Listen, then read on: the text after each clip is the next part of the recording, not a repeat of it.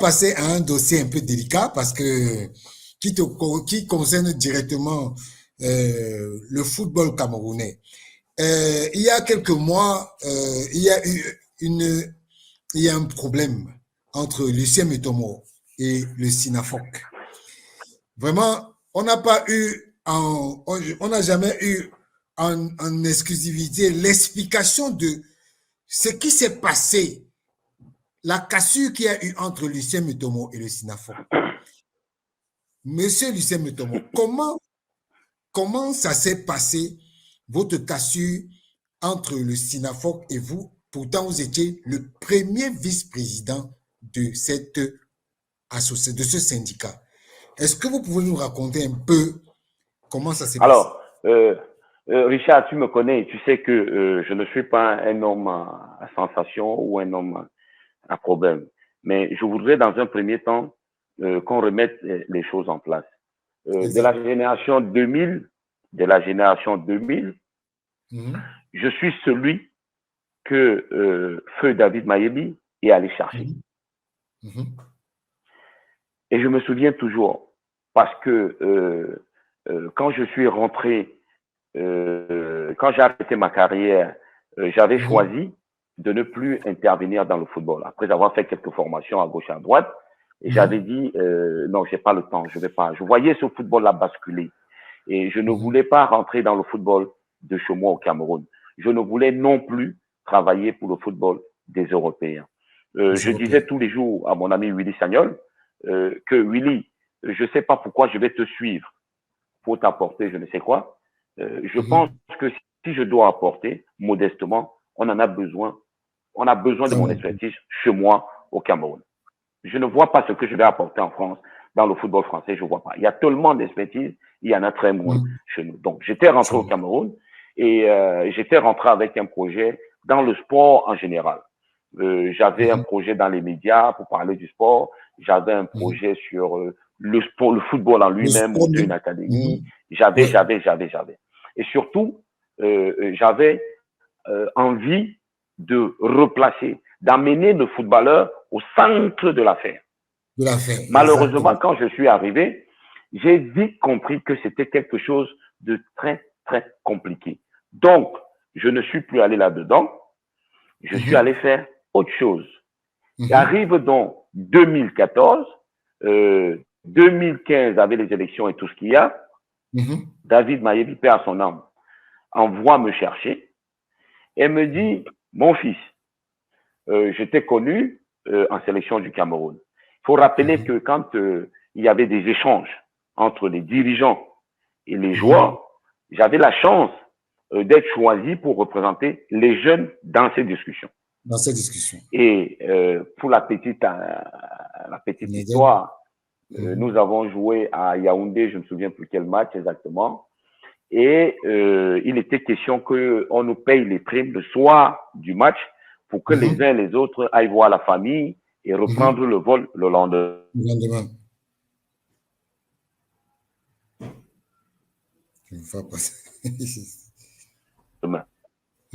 Et c'était calé comme ça.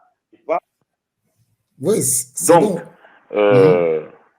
je suis dans la conversation avec les gens de la fédération et je lève mon petit doigt et le feu Atandambala me pose la question, me demande qu'est-ce qu'il y a. Je lui dis, excusez-moi, président, vous savez, dans le football, tous les aînés sont les présidents.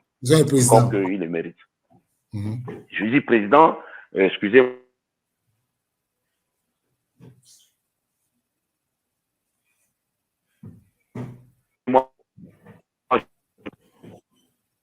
De nous donner les sous demain matin, 8 heures. Excusez-moi, président, je veux comprendre.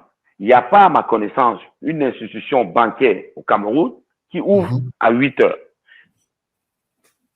Soit vous avez l'argent et vous dites qu'on va leur donner ça demain matin, soit vous n'en avez pas et vous nous faites tourner.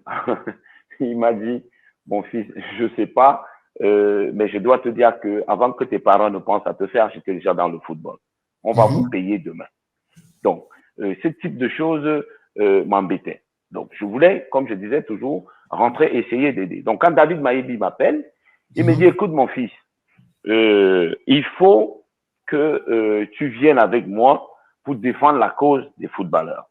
Je suis président du SINAFOR, anciennement appelé AFC. Donc, je lui dis, bon, écoute, moi, je suis pas là, je bouge un peu, je suis à gauche, je suis à droite. Il me dit, c'est pas grave, dans un premier temps, tu vas apprendre, mais il faut que tu acceptes. Je dis, ok, j'ai compris, je vais réfléchir. Donc, je pars, je discute avec mon épouse et mes frères et tout ça. Ils me disent, ouais, pourquoi pas, vas-y. Et David Mahébi me nomme conseiller à la communication. En même temps, il me met dans une équipe de football qui était la sienne, qui s'appelait Jeunesse de Bonamoussadi. Exactement. Donc, je suis responsable, donc je commence à me frotter aux affaires du football et je me frotte aux affaires du syndicat. Je vais grimper les étapes. Après ça, je vais passer membre du conseil d'administration de la Ligue régionale du littoral. Et après. Donc, je le côtoie, comme tu le sais, et je pense que d'autres personnes qui sont en ligne sont là. Exact. Et moi, je regarde l'affaire et je lui dis, mais président, je veux comprendre quelque chose. On parle des footballeurs, mais je ne vois pas les footballeurs autour de nous. Il me dit, mais ils ne viennent pas. Je lui dis, non, je vais aller les chercher. Il me dit, ok, vas-y. Donc, je commence à aller toucher tel, Vincent Gandhi, Banjama. Il me charge de convaincre. Jérémy de venir. Jérémy Djitap. Oui, il me charge, moi, de convaincre Jérémy de venir. Et donc, je rencontre Jérémy, je parle avec lui. Il est, non, je viens pas, je viens pas. Finalement, il vient et il est, l'élection de président Tombi passe et il intègre le comité exécutif de la FECAFOOT. Voilà. Et donc, Jérémy et moi, nous devenons les deux soldats du Pathé. Voilà. Donc, mais à chaque fois que je discutais avec le Pathé, il disait, écoute, Lucien, je t'emmène partout au Cameroun pour que tu connaisses qui est qui, comment ça fonctionne, machin. Et à l'international, j'amène Jérémy. Demain, quand je ne serai pas là, vous serez deux forces. Parce que je suis convaincu que votre frère viendra à la FECAFOOT. Exactement. Donc, vous aurez la connaissance du terrain, vous aurez la connaissance de l'international pour pouvoir mener à bien cette mission-là. Stop. Votre frère là, c'est qui? C'est Samuel? Oui, il pensait déjà que Samuel viendrait. Donc, c'est un visionnaire, en fait. Bah oui, bien sûr. Ok. Donc, continue. Voilà comment j'intègre les équipes et puis je fais le tour du Cameroun, à sensibiliser à gauche. À des endroits, j'arrive pour sortir, je suis obligé d'avoir l'intervention d'un commandant de gendarmerie qui me met dans la voiture parce que les droits des joueurs sont bafoués. Personne ne respecte ça, personne n'écoute. Et je dois te dire que je suis un peu embêté de parler de ça. Mais comme tu as posé la question, je te réponds. Donc, nous cheminons ensemble, nous faisons tout ce que je viens de te dire, et arrive dans la période 2021, avec l'élection du président Samuel. Je suis à Paris et je reçois un message du président Samuel. Et c'est un numéro bizarre. Et puis je dis non, on n'a pas l'habitude de parler comme ça. Bref. Et je prends les coups des anciens joueurs de Paris qui estiment que je suis un pro Jérémy et donc que je peux pas être avec Samuel. Et moi, je rigole. Je rigole parce que je ne fais pas les guerres des gens. Et donc, je suis contacté. Je suis contacté pour être candidat face au président Seydou. Et je repousse cette offre-là. L'offre. Je dis non, je n'y vais pas parce que je sais que Samuel viendra. Et Mhm. si Samuel vient, je pense que de n'importe quel footballeur, de tous les footballeurs qui pourraient se projeter, il a plus de chances de gagner. Donc, j'y vais pas. Mhm. Ces gens me proposent des noms et tout, machin. Et je dis, OK, très bien. Vous voyez avec eux. Mais moi, Moi, ça ne m'intéresse pas. Je pars pas. Et mhm. j'appelle mon ami Jérémy. Je ne lui cache rien. Je lui Mhm. explique tout ça. Et je lui dis à ce moment-là que Samuel sera candidat. Mhm. Il dit, comment tu sais ça? Je lui dis, mais je te dis qu'il sera candidat. Tu verras. Et donc, je lui donne le Mhm. nom des autres personnes qui sont contactées pour être candidats face Mhm. à ces deux. Mhm. Quelques semaines après, c'est ce qui va arriver. Exact. Et donc, il va m'appeler. Je ne trahis pas un secret. Je pense avoir Mhm. déjà échangé avec toi sur ce sujet-là. Et Exactement. donc, quelques semaines après, alors que je suis en train de me lancer dans une formation d'analyste data Mhm. au Business School de Paris, Il paraît, ouais. Jérémy va me convaincre de revenir au pays parce que il sait que, ça ne va pas paraître prétentieux, je Mhm. connais les mécanismes de l'élection à l'Africa Foot. Ayant Exactement. fait deux élections Mhm. qui étaient les élections les plus difficiles qu'on ait eues jusqu'à aujourd'hui à l'Africa Foot. Il a fait qu'à foot. J'ai eu le bonheur, j'ai eu, comment je vais dire ça, comment je peux dire ça, c'est plus fort, d'être Mhm. assis sur une table où on Mhm. parle d'élection, Yes. de stratégie d'élection, Élection. avec David Mayebi, Feu Eyenga Somba, Atang Nambala, John Beginide, le sénateur Alu Maladji. Je peux te donner des noms pas possibles. Et j'étais assis, Ouais, exact. Lucien Metomo, assis sur la table quand on déploie la stratégie. Donc, je connaissais comment ça marche. Quand il fait Mhm. appel à moi, je lui dis, OK, je viens. Et donc, je viens au Cameroun. Et puis, pendant que je suis au Cameroun, il y a ce conseil d'administration de l'AG de 2009 qui se Mhm. tient à Yaoundé. Je Ouais. suis calmement assis chez moi. Je ne suis au courant de rien. Vers 11 heures, je commence à recevoir des messages du type félicitations, félicitations, bravo, machin, ceci. Et puis le grand frère Batamas va m'appeler. Il va me dire, mon petit, félicitations, tu as encore avancé un peu, prends bien tes cours. Tu vas intégrer le conseil d'administration de 2009, sois vigilant et tout et tout. Très bien. Et Mhm. dans cette Mhm. affaire, je vais rencontrer des personnalités comme, je perds même les noms, bon, des personnalités d'un certain rang, et je vais y Mhm. aller. Et puis on va faire l'élection, Mhm. et l'élection va se passer très bien. Samuel sera élu, Mhm. et voilà. Je reste un an. Mhm. Je demande rien à personne. Je Ouais. continue à discuter je suis au syndicat, je discute, mais Mhm. Ouais. j'observe Mhm. que je n'ai plus aucune information sur le syndicat. Mhm.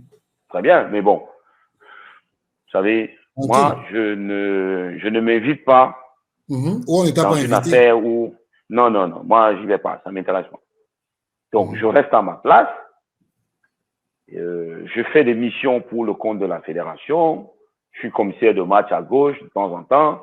Je considère que j'accumule un minimum d'expérience dans ce que j'ai choisi de faire, c'est-à-dire Mhm. l'administration du foot. Ouais. Donc, me nommer commissaire, c'est aussi une partie de cette administration-là. Et Exact. puis, j'ai le plaisir d'aller le mercredi après-midi avec mes enfants, les voir s'entraîner, et ainsi de suite. Et puis arrive un épisode où nous sommes au stade de la réunification. Mhm. Nous sommes en finale des playoffs. Les playoffs, oui. Il y a un an ou deux. Un an? Il y a un an, parce que là, c'est la deuxième année. Il y a un an, Exactement. les premiers playoffs. Mhm. Non, les premiers playoffs étaient à Garoua. À Garoua, oui. C'est les playoffs à Oui, les Douala. playoffs de l'année dernière. Les À playoffs Douala. à Douala. Mhm. J'ai déjà intégré les équipes de la fédération, Mhm. mais je suis toujours au syndicat. Mhm. Et j'essaye de faire, voilà, de jouer, d'essayer d'organiser pour que Les les choses. footballeurs, vous savez, je suis Mhm. pas un homme de conflit. J'aime Exact. quand les gens sont en harmonie. J'aime En pas le harmonie. conflit. Exact. Mais ça ne veut pas dire que j'ai peur des gens. Exact. Et puis, je suis au stade. Non, je suis d'abord à la fédération dans les réunions préparatoires à l'événement. Exact. Et à aucun moment, je ne vois un dossier ou une ligne qui concerne le syndicat. Donc, et je ne suis au courant de rien. Rien. Donc, je m'en vais au stade, je regarde les matchs, je rentre, je m'en vais au stade, je regarde les matchs, rien. Je m'en vais au stade, je regarde les matchs, il n'y a pas de problème. Je ne suis au courant d'aucune activité qui concerne le SINAFOC. Le SINAFOC. Vice-président. Et à la finale, je regarde le match de la finale, le match se termine. Le match se termine, Richard. Ouais. Le chargé de communication du SINAFOC, je le vois arriver vers moi. Mais il est dans un état, bon, je connais, on se connaît. Ouais. Et je veux voir ce qui se passe. Je lui demande qu'est-ce qu'il y a. Et il me dit, non, non, non, non, vraiment, comme tu vois là, le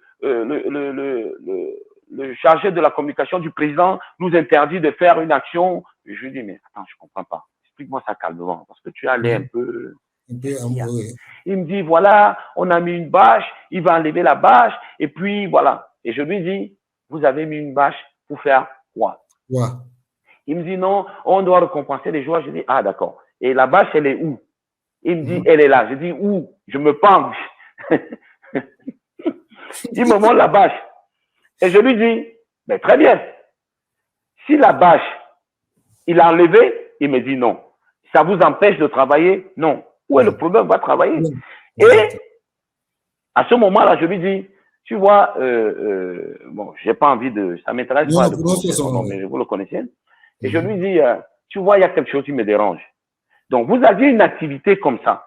Et le président lui-même n'est pas là. Je pense que, et je le dis et je l'affirme, je pense que le président, au lieu d'être hors, en ce moment, sur cet événement-ci, avec ce qu'on a fait pour ce football, il aurait été mieux qu'il soit sur la photo qui est en train de se dérouler derrière lui. Exactement. Et il me dit, ouais, mais tu sais, il a un programme chargé. Je dis, oui, mais ça fait partie de son programme. S'il peut donner du temps pour les autres, il peut donner du temps pour son travail, pour son pays. Principale. Alors, je dis ici que c'est une conversation entre lui et moi. Et j'évite de citer les gens, les personnalités du football qui étaient autour. Ce n'est pas que je chuchotais dans son oreille. Mais, Richard, je ne suis pas en train d'imaginer que, à ce moment-là, se joue un film qui a été mis en place par ce monsieur-là et ses équipes. Ah oui? Attends. Et donc, et puis finalement, je vois qu'il insiste. Et un aîné, anciennement commissaire de police dans la région du littoral, qui est connu de tous les footballeurs, qui était à côté de moi quand il y avait cette discussion, et qui va interpeller le communicant en lui disant, mais monsieur, je comprends pas, vous parlez de quoi là? Est-ce qu'on lui a écrit pour mandater monsieur Metomo pour aller servir les intérêts du syndicat à ce moment-ci? Et je lui explique au communicant, en me retournant, je lui dis, sur mon siège là, c'est marqué chargé de mission FECAFOOT. Oui, exactement. Donc je ne suis pas dans ce stade en qualité de syndicat. Donc vraiment, je ne veux pas me mêler de ça. Et tout le monde insistait que cet aîné et un journaliste très connu de la place publique vont me dire, Lucien, il faut partir. Et je pars. Sur ces entrefaits, je pars. Quelques jours après, je reçois une demande d'explication. Explication. De la part de qui? Du président du syndicat. Ah ouais. Elle m'est envoyée par une secrétaire du syndicat. Et j'appelle la secrétaire et je lui dis, si tu es sûr que c'est à moi que tu as envoyé, elle me dit qu'on lui a demandé de m'envoyer. Je lui dis, OK, on ne va pas avoir de problème entre toi et moi, mais je ne vais pas répondre. Donc, tu peux dire à la personne qui t'a demandé de m'envoyer qu'elle-même peut m'envoyer à moi. Je reçois quelques jours après une autre demande d'explication du président, du secrétaire général du syndicat qui m'envoie une demande d'explication. J'ai un échange avec lui téléphonique et je lui dis, vous êtes très sérieux là? Il m'a dit, ouais, non, mais c'est comme ça, machin. Ok, très bien. Il n'y a pas de souci. Donc, je vais donc répondre à cette demande d'explication. Et je fais observer que les articles sur lesquels vous vous appuyez ne parlent pas de ce que vous demandez. Soit vous êtes dans une intention ou dans une envie de me débarquer. En ce moment-là, ne vous inquiétez pas, je ne suis pas là pour le syndicat. Je vous laisse faire. Soit alors, vous dites que vous faites quelque chose de conforme. Et alors, on va dans la conformité. Mais, tu sais, Richard, ta rentrée ici, ça sortait de l'autre côté. Je ne reconnaissais plus mon ami Jérémy. Bon, bref. Et j'étais toujours en train de me dire, quelle que soit la situation, Jérémy prendrait le temps de dire à Lucien, tu es où? Retrouve-moi ou voyons-nous, discutons. Non, non, pas du tout. Et donc, je découvre que le président de la fédération camerounaise de football, Samuel Eto'o, quand il a reçu les joueurs, les anciens joueurs, les plaintes viennent en disant, oui, président, la fédération nous a oubliés, nous on ne représente rien, seuls ceux qui ont joué à l'équipe nationale sont importants, ou alors ceux qui sont en activité. Il n'y a pas une association, il n'y a pas. Chargé de mission de mon État, le président de la fédération me convoque et me dit, Monsieur Metomo, je vous charge de mener une réflexion sur cette affaire. Donc, je consulte et le résultat des consultations que j'ai, c'est qu'on n'a pas d'autre choix que de faire une association qui va globaliser, qui va avoir tout le monde. Mais, Richard, je dois préciser que le calife, le collectif d'anciens lions notables, nous étions trois. Ouais. Lucien Metomo, Bertin Eboualé, Vincent Ongandi, Libi Thomas, 4. Nous étions 4. Au départ de cette histoire, nous sommes allés chez son excellence Roger Mila, on lui a posé le problème. Mais l'idée était venue de qui? De moi. C'est moi qui ai vu comment est-ce que les affaires se passaient. J'ai dit, mais les footballeurs ne sont pas là. Il faut qu'on trouve une solution pour que les footballeurs se retrouvent au centre de l'affaire.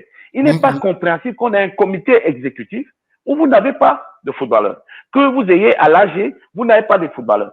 Non, à l'AG, vous avez des footballeurs devenus entraîneurs, devenus présidents de club. Mais quand je regardais ce qui se fait en Côte d'Ivoire, je voyais qu'en Côte d'Ivoire, les associations de joueurs avaient place, voix au chapitre.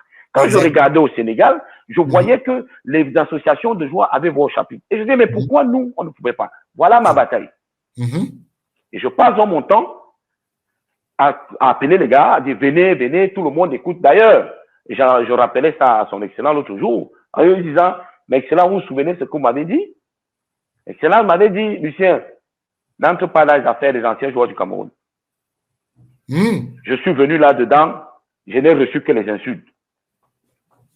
Et je lui ai demandé, mais excellent, vous avez reçu les insultes. Vous n'avez jamais reculé. Vous avez continué. Et il me dit, je t'aurais prévenu. Donc, quand je fais le rapport au président de la FECAFOOT, il trouve que, oui, c'est une bonne idée. Je ne pense pas que des petites personnes sont allées vendre à Jérémy que c'est quelque chose qui allait se mettre contre le syndicat. Le SINAFOC. Oui, mais jusqu'à ce moment-là, quand je vous parle là, jusqu'à là, je n'avais pas cette lecture. J'étais loin de penser que c'est cette lecture. Donc, les jours qui viennent, on convoque un conseil d'administration et blablabla. Et puis moi, je pars au conseil d'administration. Sauf qu'à l'intérieur, des gens me disent, non, comme tu viens là, on va te radier. On va te dire, non, ce n'est pas un problème. Si on doit me radier, qu'on me radie. Si on doit me suspendre, qu'on me suspende. Le problème, il est où?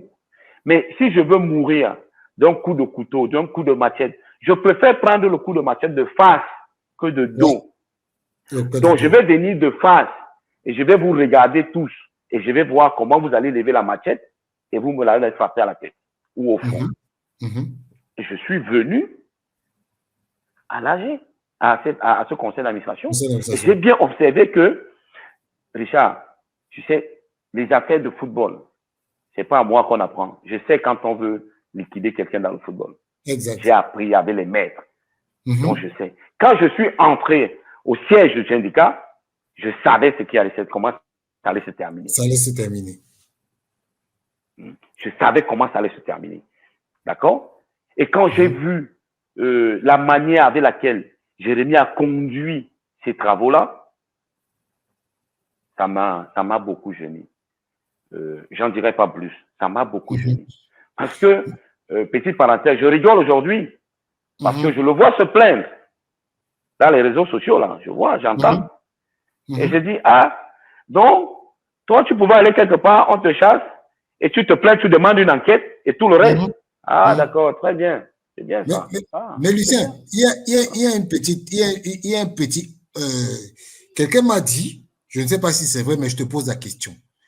Est-ce que tu as reçu un SMS de Jérémie Ndjita te demandant de démissionner de ton poste de premier vice-président? Oui. Ah bon? Oui. Il m'a dit, je te conseille de démissionner. Je lui ai dit que je ne démissionne pas. Je te conseille à toi de me démissionner. Mais est-ce que le texte de prévoir qu'un président puisse demander à son premier vice-président? J'ai vu que tu avais une copie des statuts. Oui. Et que je sais que tu les as lus. Et moi, j'ai bien regardé les statuts que tu avais. J'ai bien regardé, j'ai fait un screenshot pour vérifier les dates. C'est la même copie que j'ai chez moi. J'ai lu, j'ai donné à mon conseil qui a lu, j'ai donné à des amis conseils qui ont lu et qui n'ont rien trouvé. Ah ouais. Mais, Richard, je vais te dire, quand ils ont fini ce cinéma-là, et comme j'ai vu que ça traînait, qu'ils avaient du mal, il n'y avait personne sur la table capable de poser l'affaire sur la table et de dire, Lucien, voici ce qu'on te reproche, et que ça a commencé à aller dans du n'importe quoi, j'ai suggéré à mon ami, j'ai dit, mon cher ami Jérémie, je veux que nous ayons nos consciences tranquilles. Si tu veux me sanctionner, je te suggère sur ce dossier-ci là de désigner une commission. La commission là, je t'ai donné les noms des gens qui étaient témoins de l'événement. C'est des gens que tu connais. Tu les écoutes. Comme ça, ce n'est pas grave. Sanctionne-moi. Mais au moins que tu aies la version vraie de l'histoire. C'est rentré ici, c'est sorti ici. Bon, je me suis levé et je leur ai dit, je dois te dire en passant que 70% du conseil d'administration du syndicat, c'est moi qui suis allé les chercher. C'est moi qui suis allé les convaincre de venir au syndicat. C'est moi qui ai négocié pour qu'on ouvre, pour que les gens entrent. Je les ai regardés chacun dans les yeux. Ils n'étaient pas capables de me fixer dans les yeux. Je te dis ça comme je te dis là. Mais justement, oui. Et je me suis levé et je leur ai dit, je sais que vous avez du mal à avancer parce que je suis là. Je vous laisse délibérer tranquillement. N'ayez aucune crainte. Faites ce qu'on vous a demandé de faire. Je suis sorti.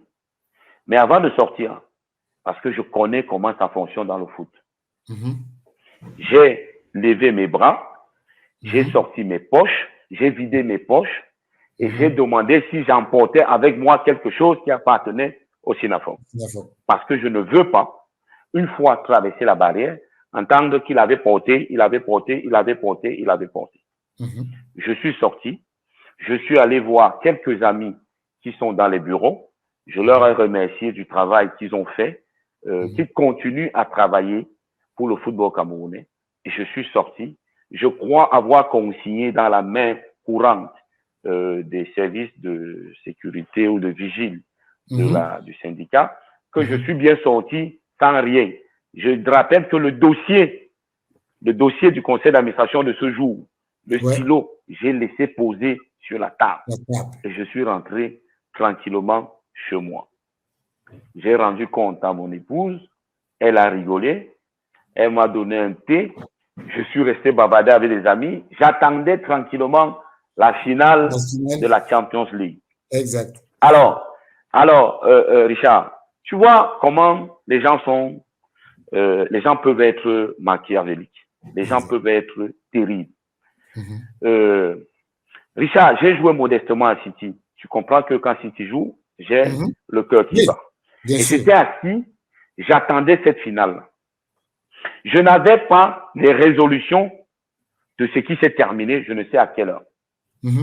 Richard, quand City a gagné, que l'arbitre a sifflé la fin du match, 5 secondes, mon téléphone a vibré. Brou, brou, brou. Les journalistes m'envoient les résolutions du conseil d'administration. Où tu es suspendu?